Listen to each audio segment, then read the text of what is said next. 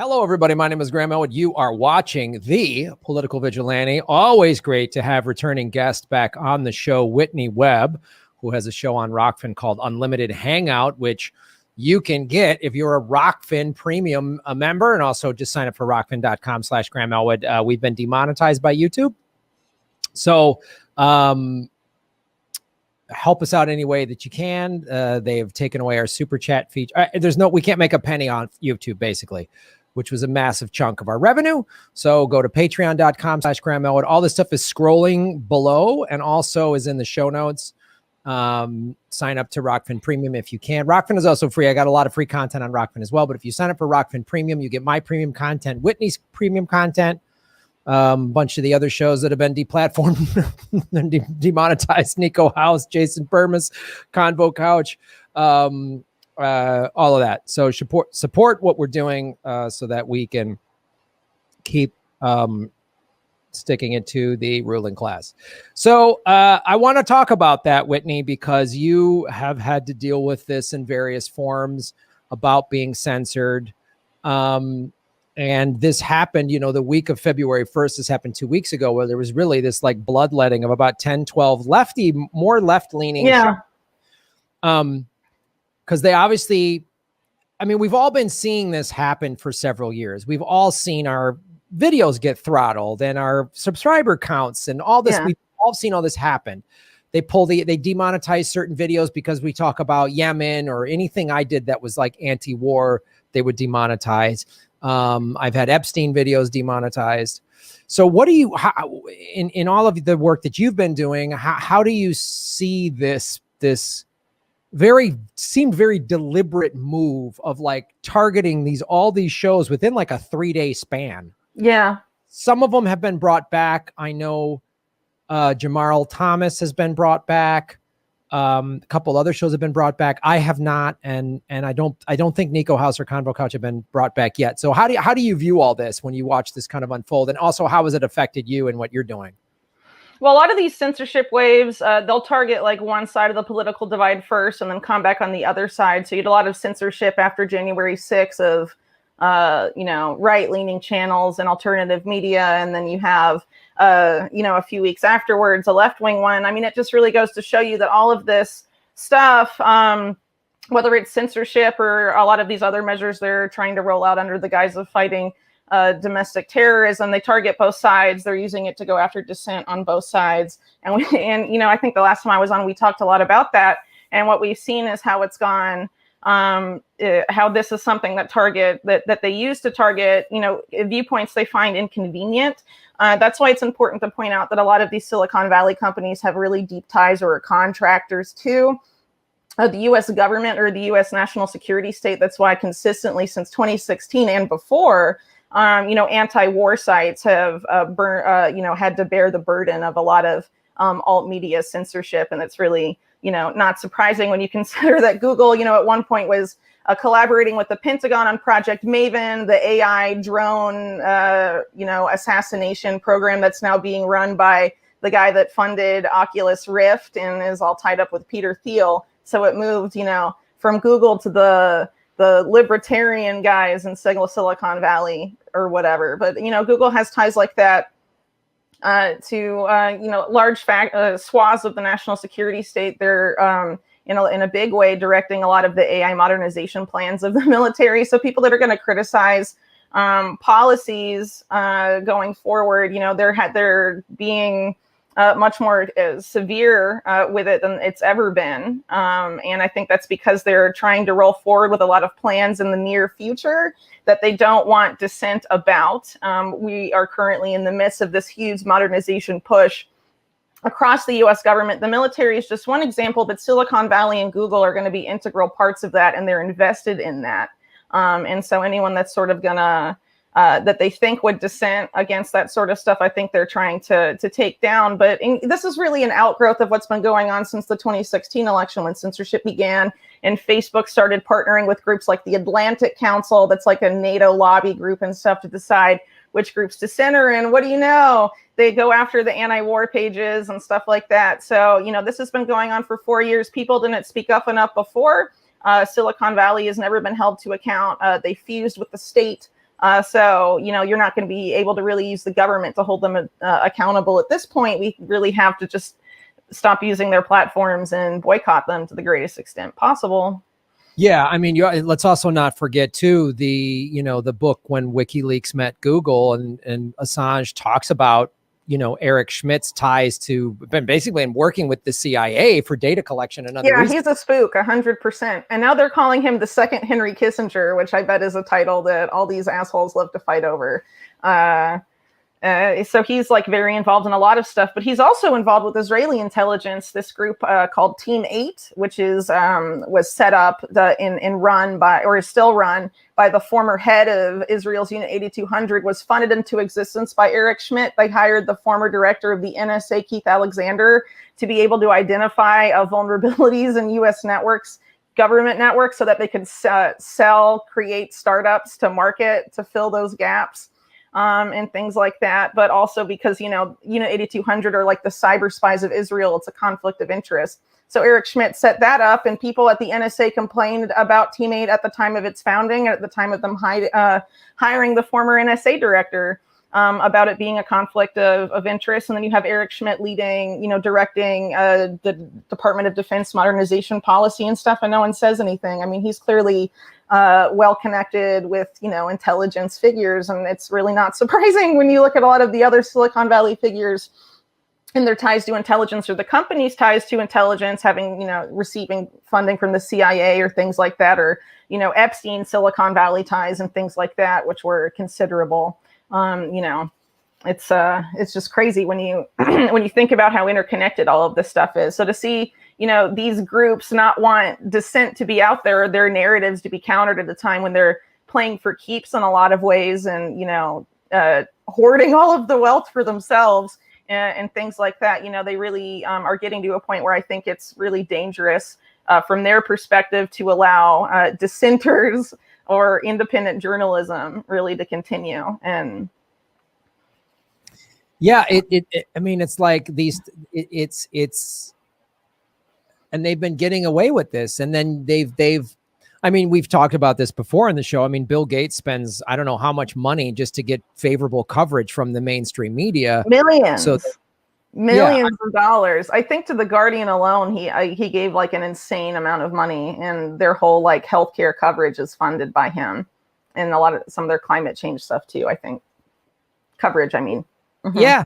And that's why none of these people are being held accountable. And then, of course, and we were worried about this right after the Capitol. And that's, I think, around the time we had you on the show last, is like, yeah, they're going to use what happened at the Capitol as an excuse to, censor. And the left seems to be okay with it because, get rid of, Trump. And it's what bothers me so much is like, what happened at the Capitol is pretty awful, but there's already laws on the books to deal with it. They already are. I mean, like if you if you broke the door and you had a gun, that's against the law. There you go.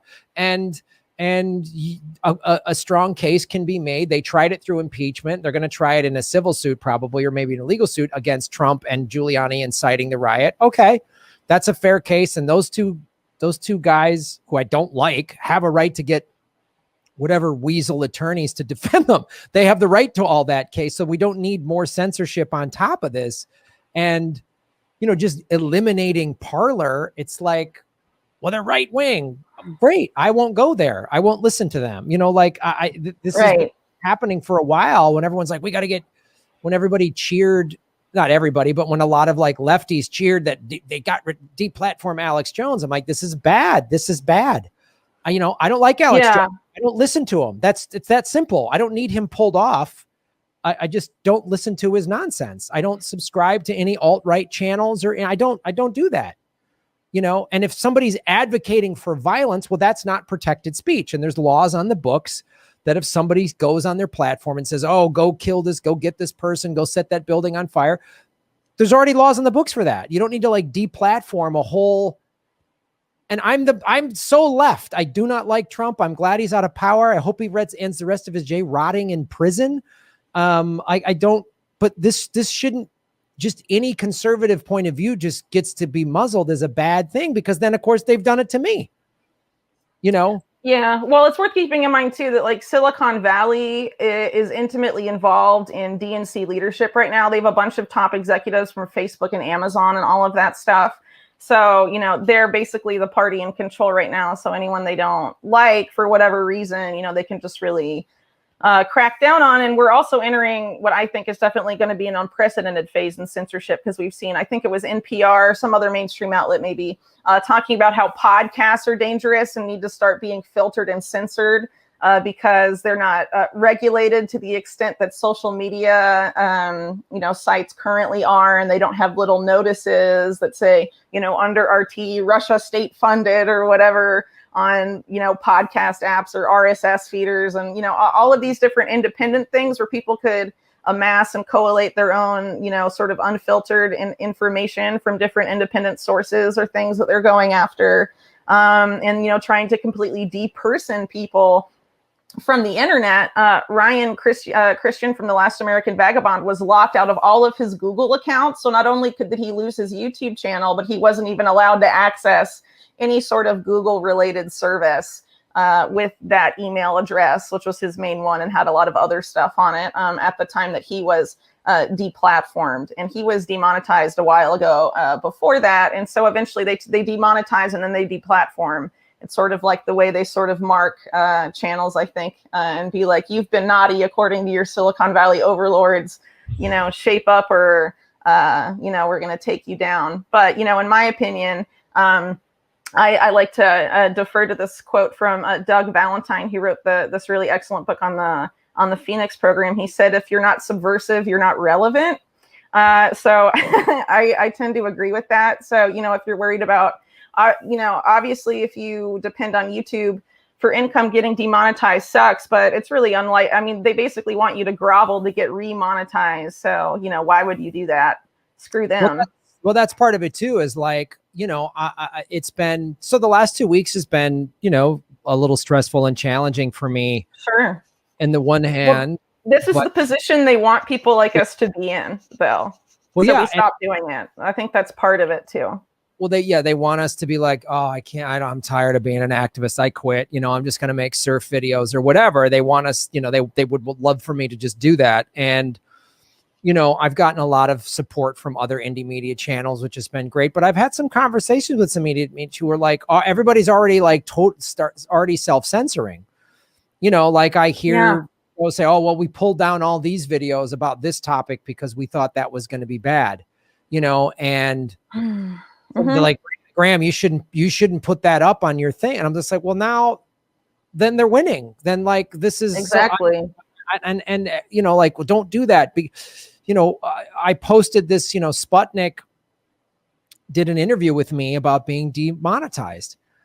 And I started sharing it out. And someone was like, well, Graham, if you do that, aren't you worried Google's going to see that? And that might hurt your chances of getting remonetized? And they'll call you a Russian? Yeah. It was Sputnik? Yeah. Like I was on Crosstalk last week that's probably I've been on Crosstalk probably a half a dozen times in the last year because of Peter Lavelle knows me. And so, I was like, no, then I shouldn't, then I'm there. Oh, I'm afraid, and it's just like, people are like, oh, hopefully you'll get remonetized. They want to start giving me money again. Fine. But I ain't jumping through hoops for them, because here's what happens when I get remonetized. They'll just pull it again. Yeah. Or you committed more of some secret crime in, hipster hoodie, Silicon Valley court. So now I get deplatformed. So it's like, and a year and a half ago, I started posting very seriously on Rockfin. And I was like, Rockfin is my backup plan. And I started saying it in the summer of 2019, go to Rockfin. It's my backup plan.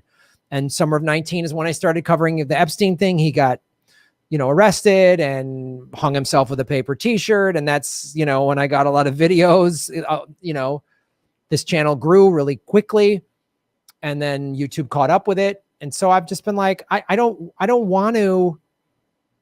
And when I hear content creator friends of mine, indie media friends of mine, like so willing to self-censor because they're afraid, Google's going to put them in detention again. I'm like, well, that's the hell with Google. Like, the hell with them. My plan, what I want to do, I want to push Rockfin so hard. I want to turn Google into MySpace. And I hope, Eric Yeah. have to start selling, his CIA trophies on fucking Craigslist. That's what I hope, and maybe he's got to turn tricks to pay his lunch or something. That's really what I'd like to do. I'd like to see him living under the freeway.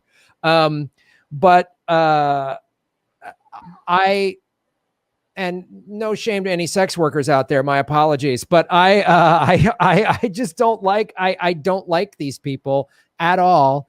And I don't want to acquiesce to them because it's like, it's just, I see how they're tackled. I see how it works. Right. Well, if you self-censor, you're becoming the news that Google wants, and Google already has the news that it wants. It's called mainstream media. So why would you become them just to maintain it? I mean, that's sort of the same ideology that does motivate some people in independent media, sort of that come at it from this careerist angle. This is my career. I need to advance in my career, instead of necessarily being in this because you want to communicate information you think is important. So it reaches a wide audience because you think it could change the direction of our crazy clown world that constantly gets more insane by the day. So, when you look out on that and you're like, this is totally nuts, I would like to do something that could maybe change the course of, this crazy path that we seem to be on, and maybe, round up the worst people in the world and shoot them into the sun on a giant slingshot. That's what I'd rather do than see Eric Schmidt under the freeway, is load him and Ghislaine Maxwell up into the slingshot.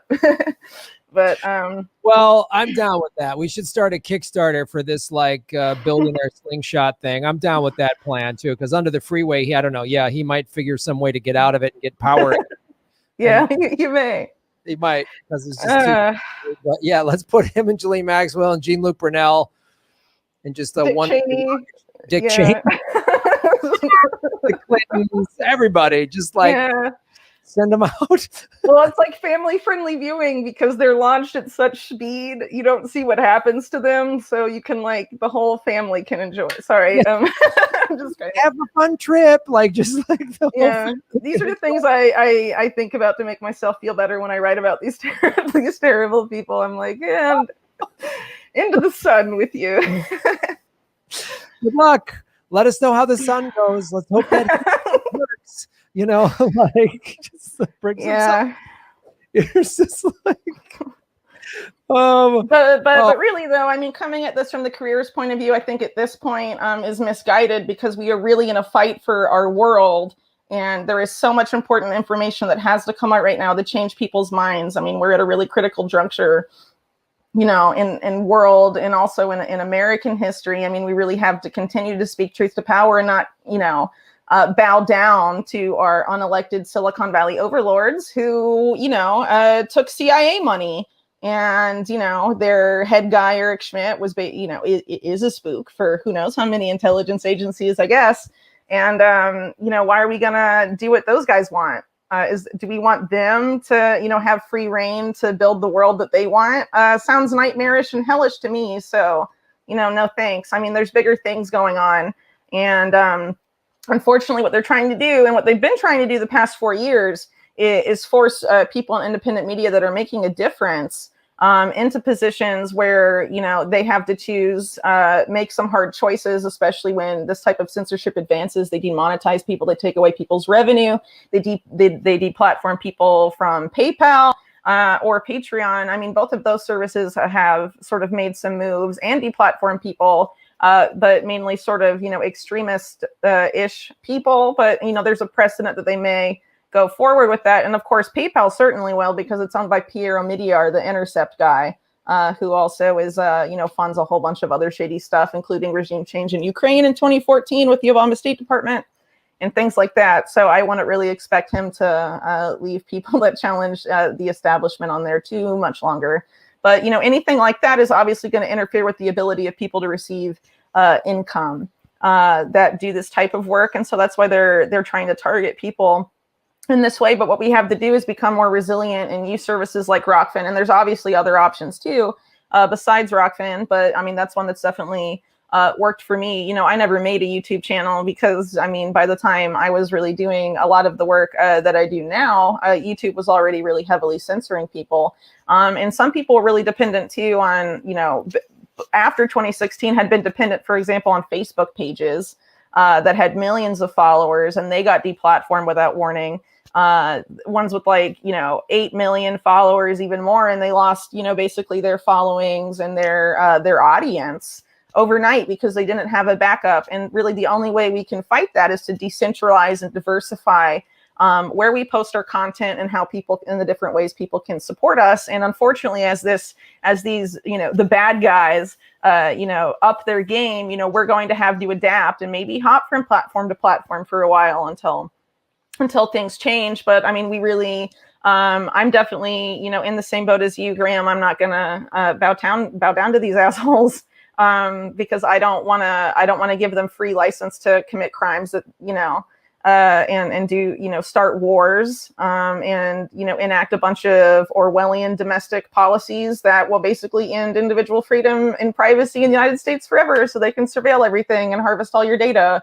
And build their, have a better AI algorithm than China and be the new market leader for the next bazillion years. I mean, that's what all these people care about. So I don't want a world that only cares about harvesting human data, to make money. Yeah, and it's also, we can't count on the Democratic Party because we know that there's all these CIA Democrats with all these people who said, "Oh, I worked at the CIA." Exactly. The Democratic Party, we can't count on them. And what is AOC and the tweet squad going to do? Just send out really sternly written tweets? They're not going to pass any legislation. They'll probably tweet pictures on Madeleine Albright's birthday being like, "She's my hero, example of female leadership." Ilhan Omar's done that a couple times. And with Margaret Thatcher, also another one of her heroes. Yeah. Margaret Thatcher. Two awful people.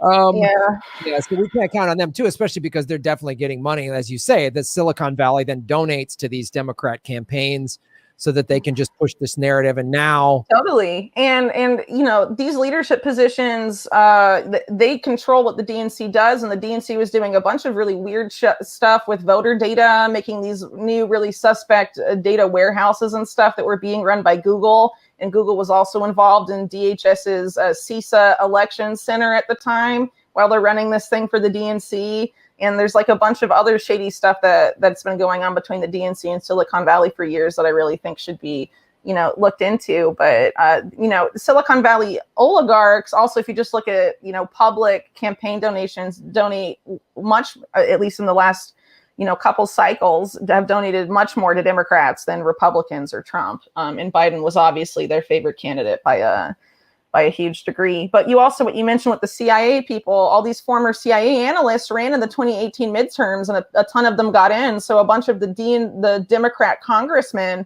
in Congress right now are ex spooks, right? So, yeah.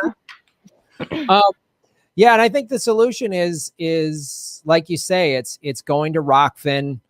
It's platforms like that. I know Susie Dawson and Bill Binney are starting this panquake.com, which people can go there and donate. If they get enough money, they can start paying people to program it. Which is it's like a Twitter. Panquake is like a Twitter platform where they don't collect your data, and it's blockchain and it's open source. That's the key part too, is open source blockchain technology, so that they just can't. I think Mastodon, which is a Twitter alternative, runs on something like that.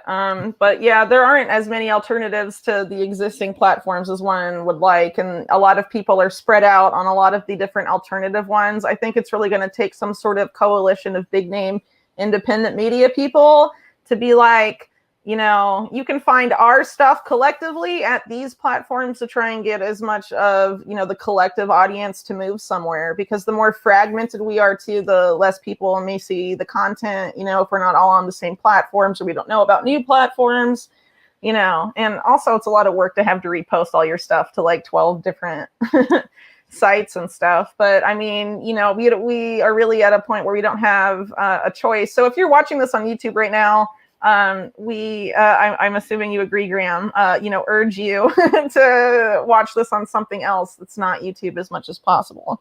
So you can help us in giving these guys the middle finger, as they help destroy society. Yeah, it's great because we have over 1,000 people watching on the live stream right now on YouTube. We have another handful of people watching on Rockfin. If you're watching this as a clip that's archived again, like I was inspired by what the Wall Street Bets people did a couple weeks ago. And, you know, we have to find inventive ways to kind of stick it to the ruling class. And one way is, as you say, is to circumvent these big, you know, intelligence community backed platforms like Google and YouTube and Twitter and Facebook and all this other stuff. So I urge people, if you are watching this on YouTube, I am going to post like a clip a day on YouTube, but the majority of everything is going to be on Rockfin. And I have a bunch of free clips on Rockfin and some behind the premium paywall. So yeah, go support these things, because it's like they don't censor us there. They don't tell us what we can and cannot say. And they want indie media, because like the internet is like the last place that the ruling class, you know, can't control. They control the corporate media. They control all of it. They control the courts. They control the two political parties. They control all this stuff. And they control social media. They control what you buy, what you think, all this stuff. And like, this is the last bastion of freedom of speech. So yeah, because sorry to interject, but it's actually going to get much worse if Google's allowed to get away with this. And it's not just because, and that's because they're not just trying to censor independent media so mainstream media can take over. Google right now is piloting projects, I think, in Turkey and a couple other countries to completely replace journalists with artificial intelligence and have your news be written by algorithms. And at the same time, you have these U.S. military and national security state-linked guys at this company called Primer AI that used to develop AI for the Iraq war occupation to track insurgent activity. They have now turned their attention to checking fake news in real time with an AI algorithm, and they're on contract to do that from the U.S. Air Force, the U.S. military, and they turn in that product that is expected to partner with social media and things like that in March of this year. Actually, I wrote about them in December. So, you know, these are this is like the future of news. If people don't make an effort to support your favorite independent media content creators, it's not just it's about, you know, human-made news, the future of that. You know, it's even beyond like the future of honest news or independent news or anything like that. Are we going to, you know, let these guys outsource it to an algorithm? Because, you know, there's so many blogs and independent channels and things like that out there that they know it would cost them a lot of money to have like humans taking everything down. So they want to offset all of this to an algorithm as much as possible. And that's what they're trying to do, take humans out of the equation and feed us information made by machines. And that they want to do that across industries too. You know, it's not just media, but, you know, if you don't want your media to be, you know, read to you by the great robot overlord, then maybe please help Graham's channel stay in good financial straits. Yeah, don't let the robot overlords tell you what you're supposed to think. And it's another reason why, you know, they're trying to extradite and jail Julian Assange. It's why the work that he's done, and Edward Snowden and Chelsea Manning, it's why it's so important, because this is what they're trying to do. Control the narrative, control the information. Don't let anybody speak up. And anyone that's allowed to, quote, speak up is paid quite well, like, you know, Rachel Maddow and, you know, Anderson Cooper and folks like that. As long as they push the narrative, they can, and Fox News is allowed to speak up, because they'll just blame everything on the Democrats and the evils of socialism or whatever. Like, oh, hey, socialism is going to take away your cows or whatever their crazy nonsense is. And then the MSNBC can just blame everything on Russia and the Republicans. That's permissible. That's even why you've seen like AOC go from, she doesn't criticize the Democratic Party anymore. She just blames everything on the Republicans. That's allowed. You can blame the other team. That's allowed, but you can't call out the system. Those channels you just named, though, are allowed to like literally make up conspiracy theories all day long, and they never get in trouble for it. And then people like you and me talk about actual real things that they won't talk about. And then they're like, you're the conspiracy theorist. Oh, yeah. You must be taken off the internet, you naughty conspiracy theorist, thought criminals. So it's unbelievable. They've been sitting like all these crazy Trump or QAnon people saying the election was rigged. You guys said Russia. You blamed Russia. You've been talking about Russia for 4 years. Like, that wasn't a crazy conspiracy. Hillary loses and it's Russia's fault. And then Trump, I'm just so, they're all awful. Anyway, folks, go to rockfin.com and support what both Whitney and I and other shows are doing. And check out Whitney's unlimited hangout because it's she does fantastic work. Whitney, you do really deep dive, fantastic work. It's great having you on the show, and it's the kind of journalism that is hard to find now, and for the various reasons we've just been discussing. So please go to rockfin.com and support both of our shows. Thanks for watching, everybody. Please hit the like button, the subscribe button. Go to patreon.com/Graham Elwood and rockfin.com/Graham Elwood, where you can support the show. Also, I have a Bitcoin wallet, a Bitcoin Cash wallet, and an Ethereum wallet in the show notes. We're taking cryptocurrency. I have a Coinbase affiliation link. We're going to be getting on some other exchanges. So that's how you support the show. Make sure you hit the subscribe button. YouTube is unsubscribing us at an alarming rate. I have a PayPal button at grahamelwood.com. I even have a Venmo at Graham-Elwood. There's a lot of ways to support our show. We are getting crushed by YouTube. We've dipped under 73,000 subscribers because of YouTube. Thanks for supporting what we do.